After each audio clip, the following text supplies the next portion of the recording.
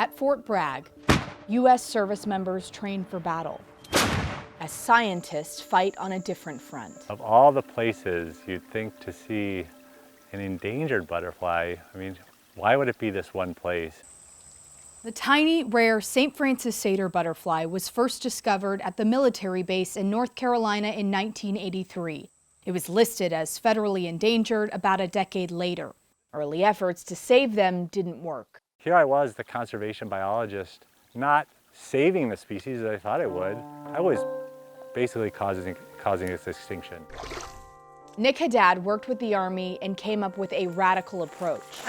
To simulate beaver activity and embrace the controlled burns on the training grounds. These butterflies live in habitats that are maintained by natural disturbances, and we were keeping those things out. The population has now risen to about 3,200, up from about 2,000 earlier this decade. Oh, there are places in here that look good. Since the Endangered Species Act was signed into law in 1973, it has prevented most of the protected species from going extinct. That one looks like it's probably going to be a female. Today, more than 1,600 plants and animals remain on the list. The much harder goal is to get species recovered.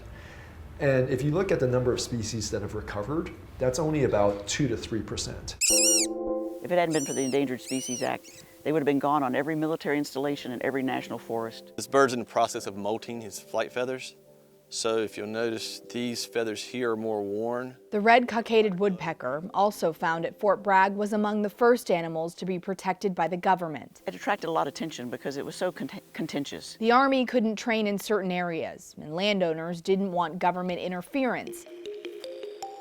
But after biologists discovered the woodpecker also thrives in disturbed environments and only nests in live trees, the military and community became partners in saving the species. In my lifetime, I never thought that I was going to see woodpeckers survive.